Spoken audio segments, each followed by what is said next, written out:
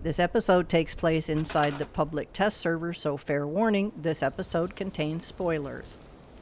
Right there in the middle of your screen, the brand new displays. Today is the first day we get to actually see what they look like. We have a female and a male mannequin. Oops, I'm still in my hazmat suit. They take very little supplies to build. I think it was like one screw, one wood scrap, and that's it.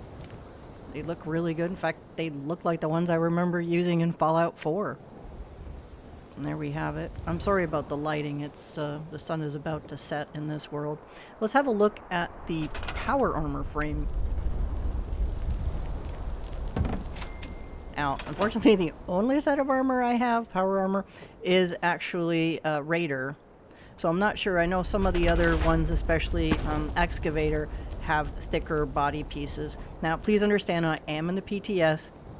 It did have a little problem. Kept telling me the item was floating. I did get it to move, and you'll see that in a moment.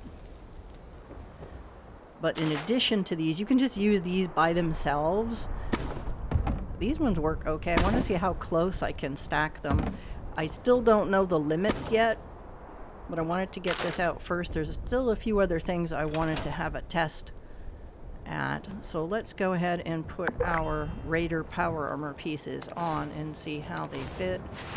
Sometimes you might get a little clipping, especially in the PTS or something, but this looks really, really good.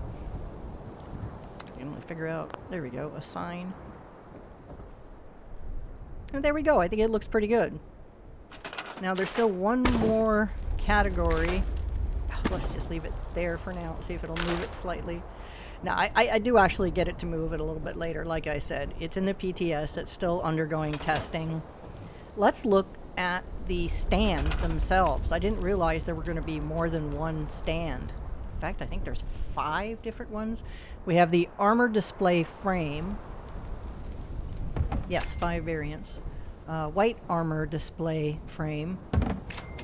Red armor display frame. Okay, so it's like a light bluish mostly. And yellow. And the last one, the Armor Ace display frame. I think the Armor Ace one is the only one available in the scoreboard. So I guess the other ones will either be Find in the World or Atomic Shop. I keep bumping into stuff here. Let's move this frame.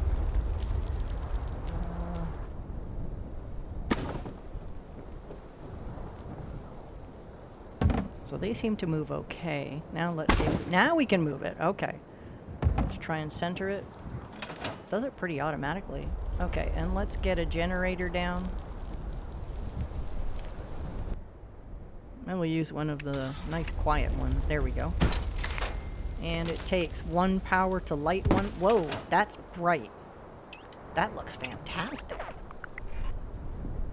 I think people are really going to like these in their camps. You could have row upon row of power armors, and it's nice that you can fit both the mannequins and the power armor frames in there to display. So my little generator will light 3, and let's see what stuff looks like on them. Let's put my hazmat suit on. That looks pretty good. And let's see, I've got some body armor pieces. I wanted to see what those looked like just by themselves. They look good. You know, for being in a PTS, this looks fantastic. And you can pick them up, move them around, in or out of those stations. See, now that I see how much better they look with the light on them, it looks great. Okay, let's see what else I can put on them. There we go. Gas mask with goggles. Put the backpack and the Urban Operative Under Armor.